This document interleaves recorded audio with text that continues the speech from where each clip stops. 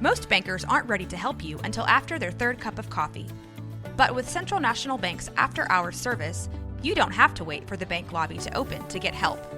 You can contact us from 6 to 8:30 in the morning or from 5 to 10 in the evening, and we'll connect you to a real, live, local person who can answer questions and fix problems 7 days a week. Bank different. Bank Central. Central National Bank. Member FDIC.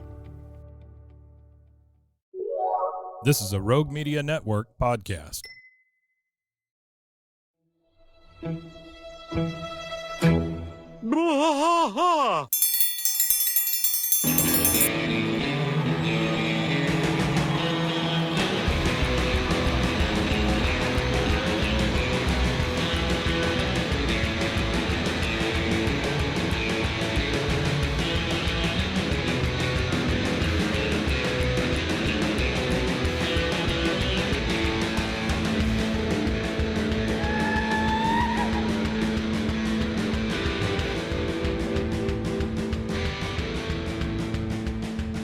I tried to fight all through the night, deep in the heart of Texas. The trailer park is nice and dark, deep in the heart of Texas. That drinks his brew and he spits his chew, deep in the heart of Texas. The TV blares, but no one cares, deep in the heart of Texas. Here we go! Hey, everybody, welcome to King of the Hill podcast. I'm Mike. And I'm Rusty. Rusty, it's Friday, and we ain't boys right. ain't right. Yeah, That's right. and, That's right. We're so not right that if my math is correct, and I think I'm mathing pretty correctly, Yeah. this should be our 200th It's recording. Amazing. For 200 recordings, 200 episodes. So that counts the bonus ones like this one and stuff like that. That would be everything Yeah. everything in total that we've done. Well, welcome to 200, folks. This should be 200. The 200th episode that we've clicked and released. So Yeah. there's a couple of those that might have been like a double maybe in there, Sure. and then stuff like that. But for the overall thing, We're gonna call it 200th. Yeah. It's the 200th episode that will be released on So, all platforms. you know, I thought for this Friday we would talk about a couple of things. One Yeah. was We could do that. memes, King of the Hill memes. There's lots of them out there. But then There's you said you massive had a meme lot of pages. stuff to, like you had some fan contact that you wanted to take care of. That was the what we Oh, it was the discussed live at the Instagram? end on the live Instagram. Oh, okay. It was I can't remember her name now. Easy Breezy. Easy Breezy Beauty. Sorry, Mhm. she reached out to me or whatever about what we discussed good. on the last of Monday's episode. So if you want to hear about that, you could check out the a last little of Monday's bit episode. of behind the curtain here. If you want to look up a couple of King of the Hill memes that are your favorite while I'm talking about this, that'd be great. Yeah, sure. A couple of behind the curtain things. So we're recording this at Sunday. It is currently 1:45 in Waco, Texas, and tomorrow is the day of the big eclipse. So I'm going to go ahead and tell you guys, if the world ends, you'll have one more episode to listen to before we're all gone and sucked up into the vortex. Yeah. So this is our pre-eclipse episode that comes out after the eclipse. Yeah. So the big deal here in town today is that Dwight Yoakam is in town. Oh, Dwight Yoakam. He's going to perform at the Indian Spring Park at it said 4 o'clock. Now it's 7:30. So I don't know. And then here's what I wanted to talk to you about. And I don't know what kind of facts and figures you've heard. Yeah. But how many people you think we're getting in town? Oh, I don't know. I would imagine 30, maybe 40,000. Yeah, that's I would kind of say what I'm something thinking, like that. right? I wouldn't say nothing too Yeah, wild. not a million. Not a million. Okay, all right. Well, that's Definitely good. not a That's million. good. All right. Well, let's talk. I have a small story for you Okay. that I'd like to tell from the other day. I have fought for a long time to be positive rather than negative. Yeah, I mean that's what we all try to do. I Well, would hope. my family is a little negative, and Yeah. I don't want to be that way. Yeah, no, definitely not. But there are I don't some either. days that things happen, and you just like I see my father come out in me very quickly. Yeah, I see right? that sometimes too myself. Actually, So I went the other day. My wife and I both had doctor appointments. We scheduled them on the same day so we could take care of everything at once. You know, that kind of thing. She's had some hip issues, and I've got all my bones need to be replaced. And so we went, and we both had a couple of prescriptions for us, and so they called them into the HEB.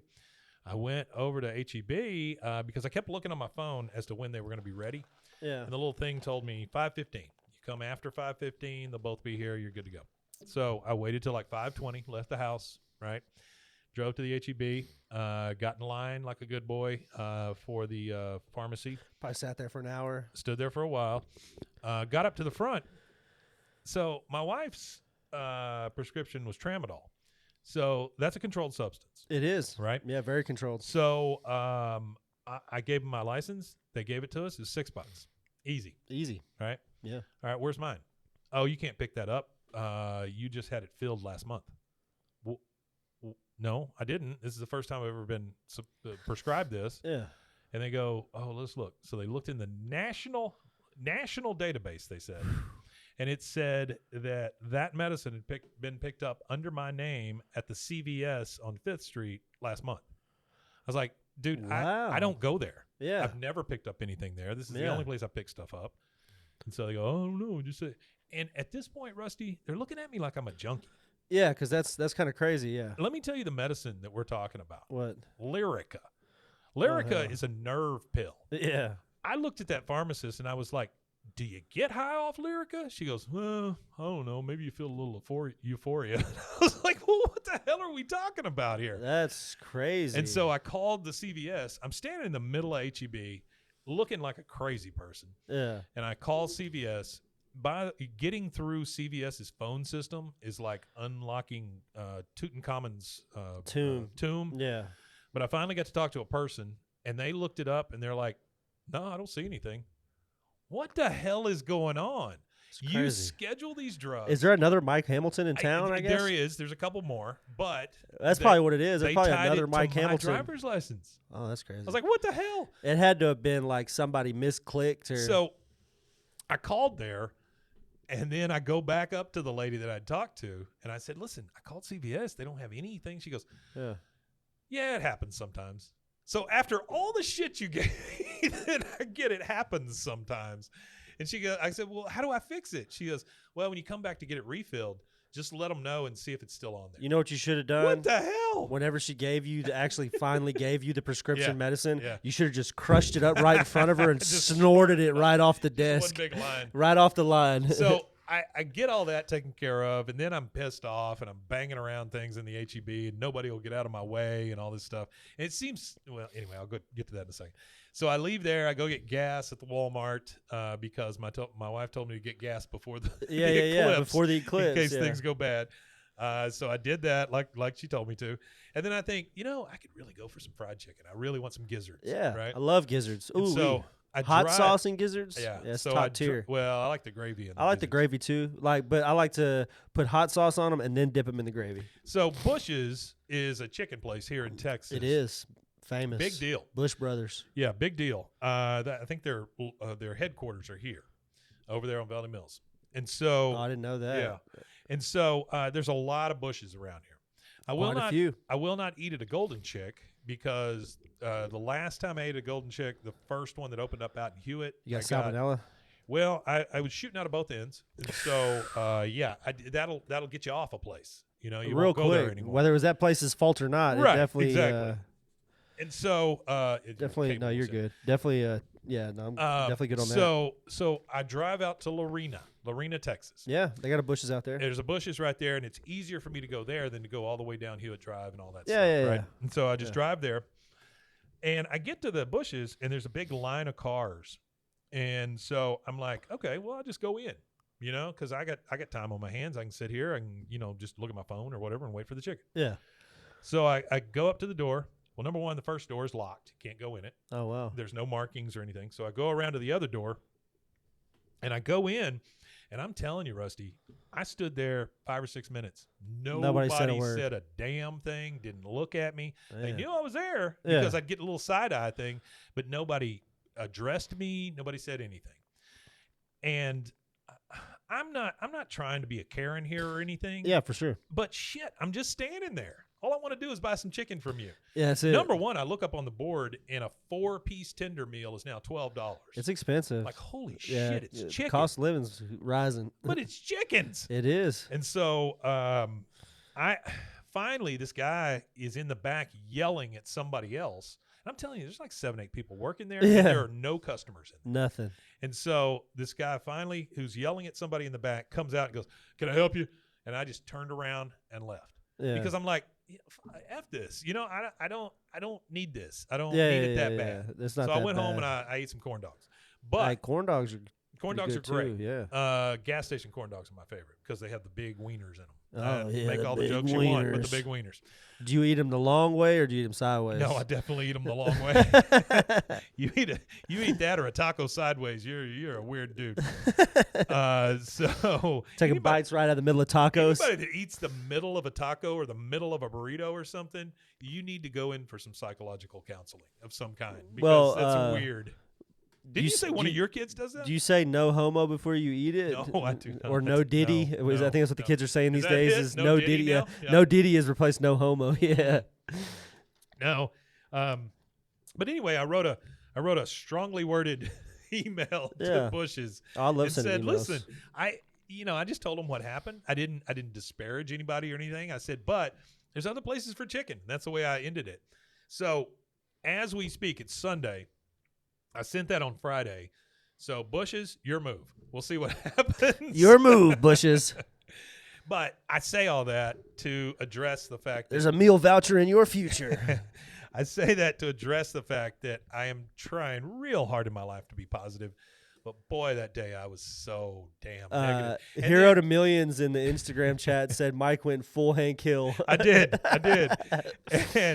And you come back and you tell these stories and you're like, shit, it was just chicken. He's also got a life hack here. Hero to Millions says whenever he goes to the gas station to get corn dogs, he puts the gas station cheese on it. Oh. And when he goes to the counter, they don't charge him for the cheese because they think it's mustard. That's a hell of a deal there, man. That is. Yeah, that's what I'm having for lunch.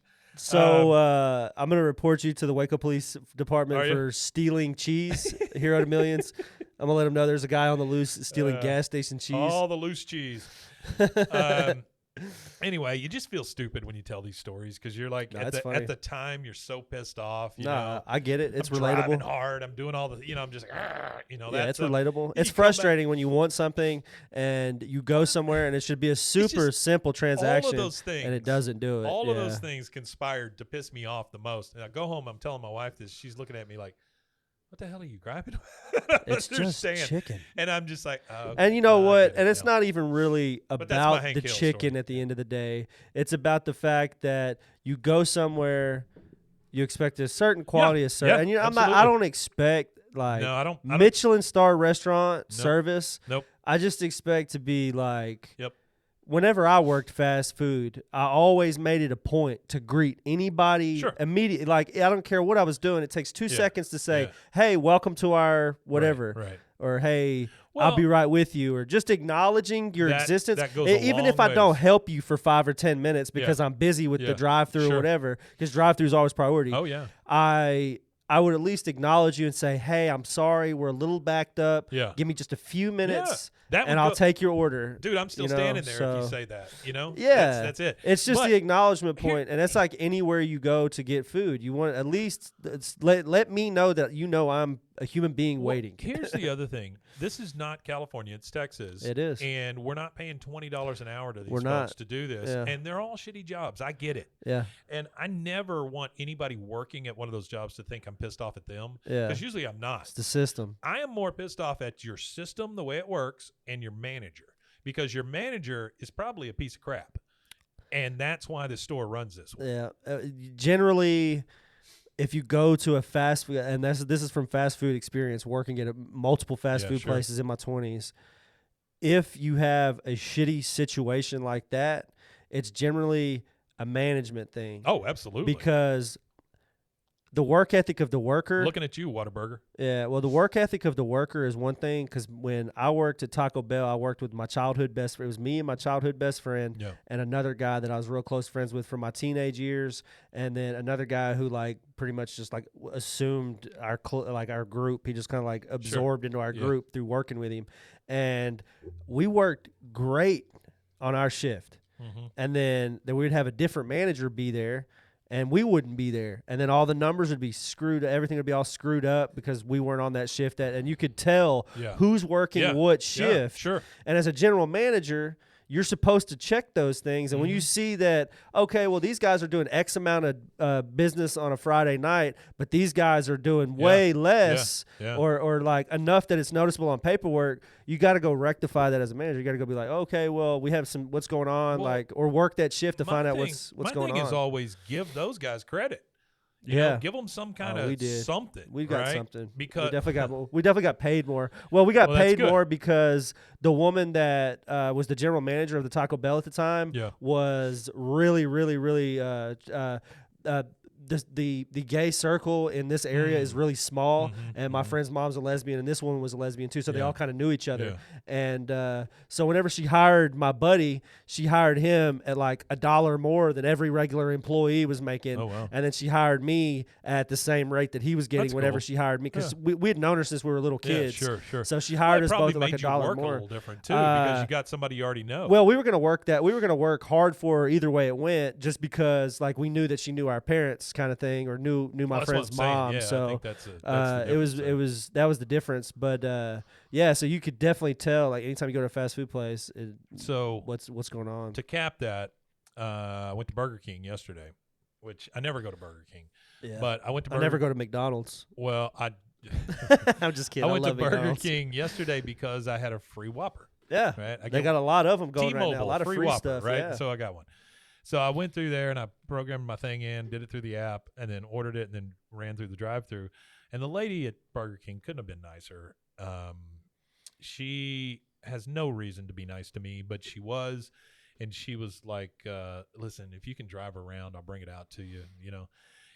And that's the first sign of people being overworked in a fast food restaurant. Telling you to pull up. And so I drove around, and I sat there for a little bit, and nobody ever came out. And so I finally went in, and I was like, listen, I just came in because I'm assuming that you guys are just way overloaded or whatever, you know. And so I don't want to add to that. So I'm going to come in and get mine rather than you bringing it out to me, you know. $3.50, by the way, is what I spent on my meal. I was very proud of that. Yeah, that's a hell of a deal these days for one cheeseburger. That's a deal. A full-size Whopper cheeseburger. And then I'm telling you, this is how they get me. The mixture of the fries and the onion rings. You get both. Yeah, it's on the app. It's on the app. Yeah. And so she was super sweet. She was like, "Oh, thank you," you know. And then when she went over to scoop up my fries and stuff, she scooped it and then put her hand over the top of it. There was so much in it, it would have fallen out. And then she put it in the bag. And so I guess the moral of that story is be nice to people and they'll do stuff for you. For sure. Because she was super sweet and she gave me extra onion rings. I mean, it seems like every fast food joint right now is adding items to their menu. McDonald's just added steakhouse burgers. They added steakhouse burgers, but they also added a breakfast steak sandwich. Oh, so it's like so I guess it's the steak that they would use on their steakhouse burgers they use. But I was watching all these fast food stuff that I was telling you last week. Milkshakes or whatever. Yeah, like I was telling you last week, been watching a lot of those food documentary things, and it was funny. Like one of the first innovations was Burger King. Burger King came out with the chicken, the fish. Sure. McDonald's already had the fish sandwich at this point. Yeah. But Burger King came out with like 4 sandwiches. They came out with the hoagie chicken sandwich, the fish sandwich, and like 2 other sandwiches. I can't remember what they were. But they came out with all these sandwiches, and then McDonald's. I don't know why I said Walmart. McDonald's was. That's how ingrained it is in our lives. Yeah, it is. It's bad. I was thinking Walmart and McDonald's. That's what I was thinking. Oh, yeah. McDonald's had hired this He wasn't French, but they hired this top tier French chef to come in with it for innovation. I do remember that, which is so crazy to me to think that whenever they're doing all these fast food companies have top tier chefs on their payroll to engineer in their testing kitchen, the food in their testing kitchens. Sure. So they had this guy in the testing kitchen, and they were like, "You got to come up with something because we gotta combat." Burger King. Yeah. We got to fight Burger King. That's how they made those upscale burgers or whatever, right? Yeah. Well, no, first they had something they dropped and it flopped real bad. I can't even remember what it was. It was like 2 burgers they released and they just were terrible ideas and they flopped. And so the guy's like trying to innovate and he makes like a chicken pot pie thing. Okay. And Ray Kroc, he calls himself the founder. He's not the true founder. He's it's just a great movie, by the way. The Founder. Yeah, it is a great movie. He's not the true founder of McDonald's, but he is responsible for. Brothers. Yeah, well, he's responsible for the globalization of McDonald's. Well, not only that, the system. The system. Putting the system in so that you don't have to take another step to do 3 different things. Well, no, that belonged to the brothers. Because he took what they had and extrapolated on it. Because what they were doing is they were charging $900 a pop for you to come in and they would teach you their system, and that was all the money they were making because they didn't want more than one store. Sure. So they were having imitation stuff pop up all over the place and stuff like that. Yeah. And then even at one point, Ray Kroc put a McDonald's across the street from their burger joint because they couldn't have this. They could not call it McDonald's anymore, and they had to change the name. Yeah. And he put them out of business by putting a store across the street from them. Yep. But back to the kitchen guy. So he was the one that had to innovate something, and they're like, "You got to come up with something to combat this chicken sandwich that Burger King's got." Sure. So he made these onion nuggets. I remember those. So he made the onion nugget thing, and I would eat those. They were like, "Nah, we're not gonna. That's not the idea." Them for a little bit. Yeah. But they were like, "Nah, we can't do that," and they scrapped it. And the guy was like, "Can you put this in can you do this with chicken?" And they formulated the chicken paste and all that. Yeah. So the chicken paste just comes from consistency. Pink paste or whatever. And it wasn't. And back then, when they first did it, it was in the 80s. Yeah. It was 1980 when they released it. So it was. I don't know. It was. If you look out there on the innovation. If you look out there on YouTube, there's a training video for McDonald's employees when they introduced the chicken nuggets. Yeah. And they're all puppets. You can see all that. There's tons of that stuff. It's crazy. But. I love those kind of stories. So I've been listening to a lot. I didn't realize there was so much of that on like History Channel has a bunch of them where they do food, and I listen. I watch it for like the surface, and then I'll go dig and read a little bit more about each one. But just how like all of these businesses are so intertwined together. Oh yeah. Like so that program like that the Wendy's. Dave Thomas. Pizza Hut. He was I thought he was with McDonald's.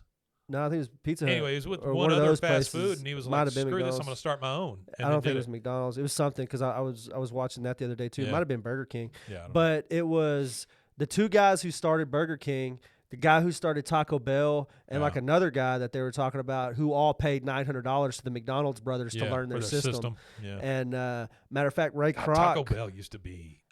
Top tier. It was you see here. It was. I love it. I don't know. I like it. Like all those polyester uniforms and all that stuff. Yeah. That's actually my first fast food job was Taco Bell. I worked there for a year and a half. But I've said my buddy used to work there, and he came home smelling like old lettuce. Yeah, I used to come home smelling like the beef. Boy. The beef is like would just leave a real strong smell on you.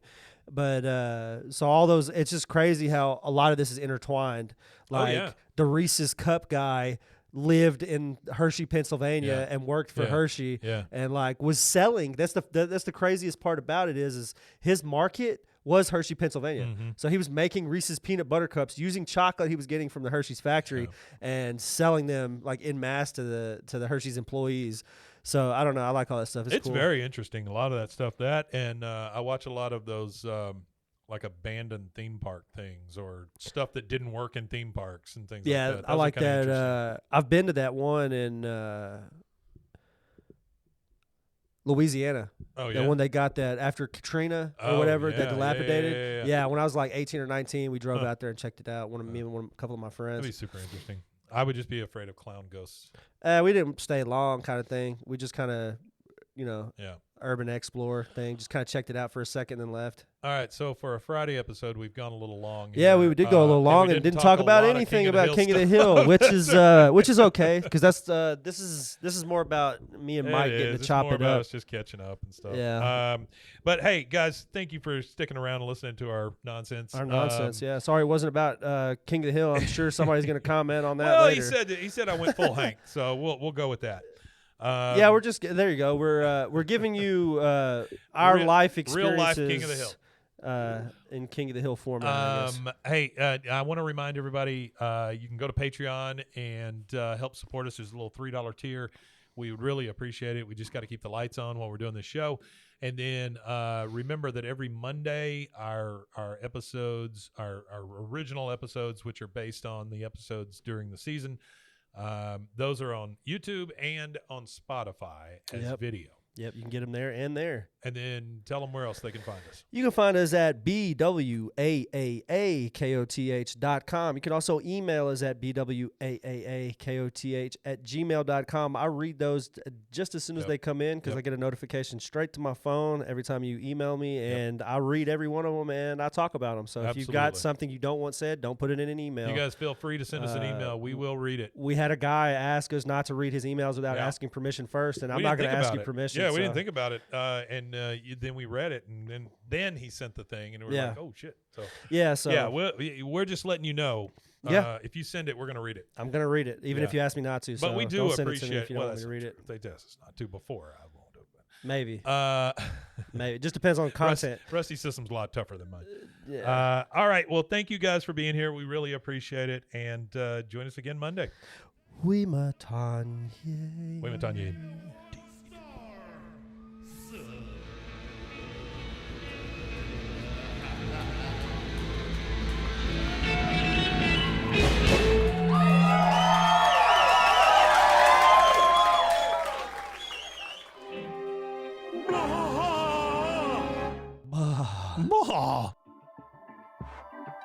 This has been a Rogue Media Network production.